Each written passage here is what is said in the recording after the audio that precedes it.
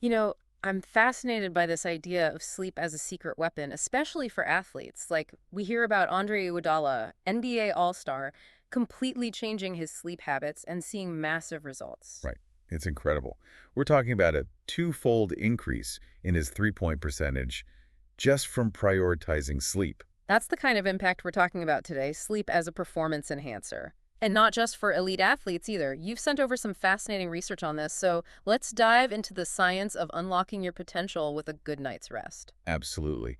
It's amazing how much we're learning about how sleep impacts everything from, our mood to our decision making. Just crazy, right? Yeah. But this deep dive, I think it'll give you some really practical strategies for improving your sleep and then hopefully, your performance in all areas of life. Let's start with Iguodala. What was he doing before that was holding him back? I mean, the guy was already a pro athlete. What more could he want? So imagine this, right? Staying up late, playing video games, short bursts of sleep, long naps in the middle of the day. Sounds like my college years. Right. Well, that was Iguodala's routine for a decade. Wow. Dr. Sherry Ma, a renowned sleep doctor, worked with him to revamp his entire approach to sleep. Okay, I have to know, what kind of results are we talking about here? Did he just feel more rested, or were there actual, like, measurable performance improvements? Not just more rested, think transformed. Iguodala saw, like I said, a twofold increase in his three-point percentage just from improving his sleep. And it's not just like a nice story. Dr. Ma's research shows that in a controlled study, increasing sleep in male basketball players led to a 9% improvement in both free throws and three-pointers. A 9% improvement just from sleeping more? That could be the difference between winning a championship and, warming the bench. Exactly. It's huge. So where do we start? I mean, if we want to try this whole sleep optimization thing. It all starts with creating the optimal sleep environment. Okay. Think of it like your own personal sleep sanctuary. I like that. Yeah, and the best analogy is it should be like a dark cave. Yeah. Absolute darkness, minimal noise, and a cool temperature. So, like, blackout curtains, earplugs, maybe a fan for that cool cave air. Got it. Is there an ideal temperature? Studies show that the ideal sleep temperature is between 60 and 67 degrees Fahrenheit. Okay, not too cold. Right. You mentioned a fan, which can be good, but don't underestimate, like, those white noise machines, especially the new ones that adjust volume automatically. Yeah. They can be amazing for blocking out disruptive noises. Oh, yeah, I've heard of those. Definitely worth looking into. One thing I struggle with is a racing mind at night, especially after like a day of absorbing new info for this show. It's like my brain decides that's the time to replay it all. Oh, I totally get it. It's like my brain has other Well, plans. and that's where a pre-sleep routine can be a game changer, especially for people who are, constantly taking in new information, always thinking. Yeah, that's me. The key is to kind of wind down your mind outside of the bedroom. So about 10 minutes or so in dim lighting before you even think about getting into bed. I like that, creating that separation Exactly. between go time and rest time. Exactly. What works best for that? Well, this could be like some light stretching, deep breathing exercises, maybe some journaling, or even just like writing down your to-do list for the next day. It's really just about calming your mind. I'm a huge fan of journaling. I find that really helps. And I even read somewhere that, like, reading before bed can actually improve sleep quality. Absolutely. All right. There's data from Whoop. It's a wearable fitness tracker, and it shows that even a few minutes of reading can actually improve sleep quality by up to 5%. Wow. See, I knew it. It's true. Okay, so we've got our sleep sanctuary prepped, our minds are calm, maybe we even squeezed in a good book. What are things like showering and late night snacks? Oh, yeah, good questions. Should those be timed a certain way for optimal sleep? You'd be surprised, but it's actually better to shower about 1.5 hours before bed rather than right before. Wait, are you saying my relaxing hot shower before bed is actually counterproductive? Think about it this way, right? A hot shower raises your core body temperature, and your body actually needs to cool down in order to fall asleep and stay asleep. Hmm. So showering earlier, it gives your body a chance to, like, cool down naturally. Well, there goes that myth. Okay, what about late night snacking? Asking for a friend. It's fine to have a small pre-sleep snack, I Yeah. think, if you're genuinely hungry, but you want to choose it wisely. The best options are things that combine complex carbohydrates with lean protein. Okay, so give me some examples of a sleep-friendly snack. Let's see. A bowl of whole grain cereal with milk, a small portion of cottage cheese with some fruit, or even like a few whole wheat crackers with peanut butter. Those can satisfy those late-night cravings without ruining your sleep. Those are all snacks I can get behind. No judgment for the occasional pre-bed cereal bowl, right? No judgment here. Awesome. What about naps? Friend or foe? Naps can actually be your secret weapon, but only if they're short, and I mean strategically timed. So keep them to 20 to 30 minutes max, and you'll avoid disrupting your sleep cycle. So those epic 3-hour naps I'm prone to on the weekends are a no-go. Maybe not 3 hours. Why is that? Why are those long naps so bad? Long naps, like you said, 3 hours, those can really mess with your natural sleep-wake cycle and actually make it harder to fall asleep at night. Plus, waking up from a deep sleep can trigger that groggy feeling, sleep inertia. Oh, yeah. Not exactly the afternoon pick-me-up we're going for, right? Definitely not. So yeah, short and sweet is the way to go with naps. Short and sweet. Got it. Any tips for getting the most out of those quick power naps? It's funny how we talk about, like, catching up on sleep. Right. Like it's, running errands or something. Yeah. It's on our to-do list. But it's more complicated than that, right? Right.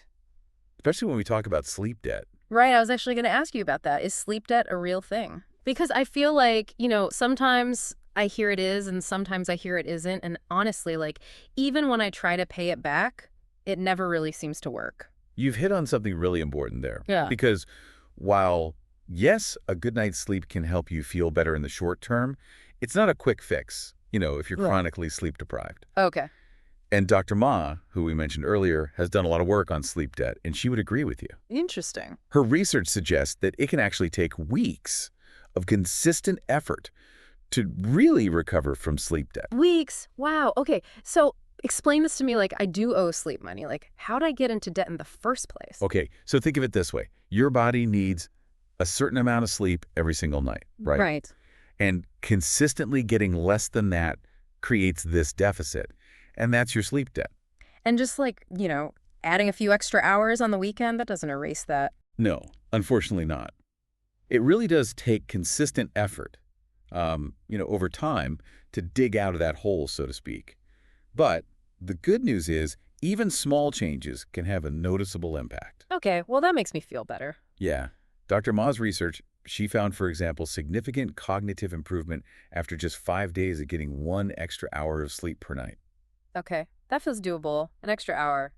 But what kind of cognitive improvement are we talking about? I know I feel groggy and grumpy when I haven't slept enough, but what's actually happening in my brain? Yeah, well, sleep deprivation, it impacts our brains in a very real way. Okay. It affects our ability to, like you said, think clearly, control our emotions, make good decisions. Yeah. For example, the amygdala, and that's the part of our brain that processes emotions that becomes way more reactive when we're sleep deprived. So lack of sleep is basically putting my brain on high alert, even if there's no actual danger. Exactly. No wonder I get so emotionally drained when I'm tired. Yeah, it's like your brain is stuck in this, like, fight or flight mode, Oh. and it makes it so much harder to think rationally or make good decisions. It's so true. And even, contributing to that, even leaders in, like, high-stakes jobs are prioritizing sleep these days. Yeah. They get it. Really? Anyone in particular come to mind? Yeah, well, Jeff Bezos, the founder of Amazon, is a huge advocate for 8 hours of sleep. Wow, okay. He says he needs to be well-rested to make, the big decisions that his job demands, which makes sense. I mean, if it's good enough for Jeff Bezos, it's good enough for me, right? Right. But, besides anecdotal evidence, are there studies that show how sleep affects things like, I don't know, reaction time, which I imagine is crucial for athletes? Oh, absolutely. Reaction time is a key indicator of cognitive performance, and studies consistently show that it improves with enough sleep.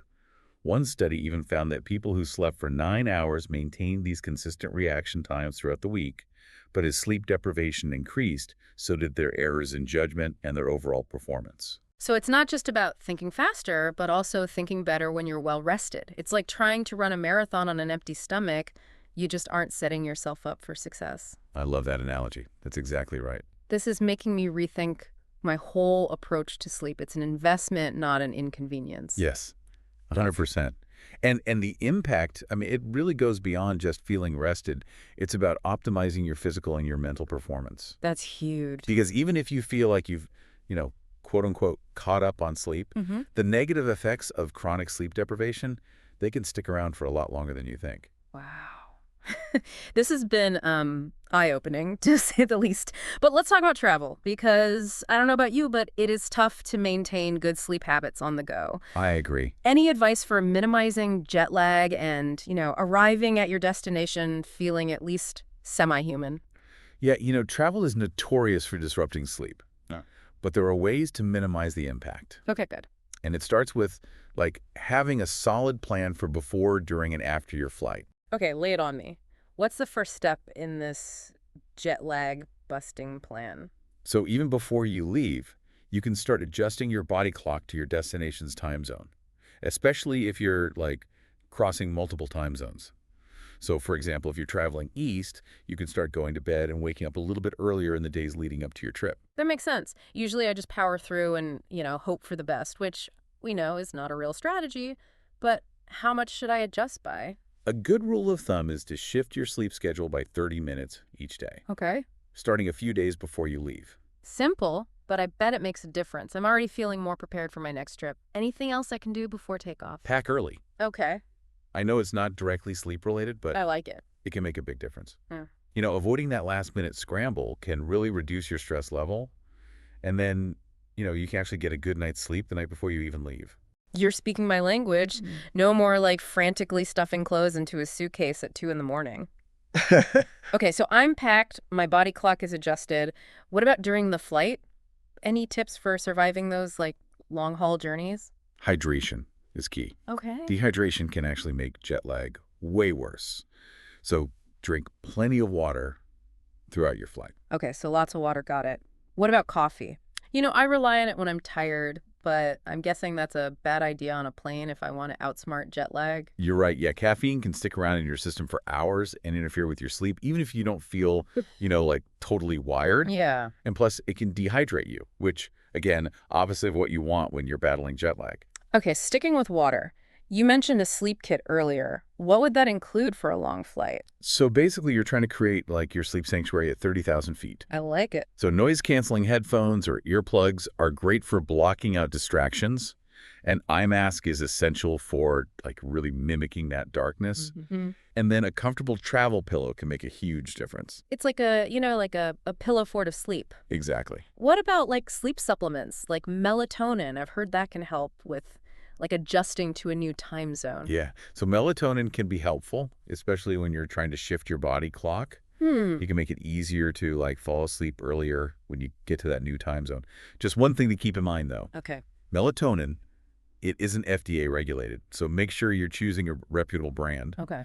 And talk to your doctor as well, especially if you're an athlete, because sometimes it can cause, some grogginess. That's a great point about checking with your doctor before starting any kind of new supplement for sure. Yeah. Okay, so we've covered pre-flight and in-flight. What about when you land? I feel like that's when jet lag really hits me. Yeah, that's the rough part. Like, what do you do then? So the key is resisting the urge to, like, crash as soon as you arrive. Mm. You really want to try to stay awake until a normal bedtime in the new time zone. I can see how that would help reset things. But like, any tips for making it happen when you are absolutely exhausted? Sunlight is your friend.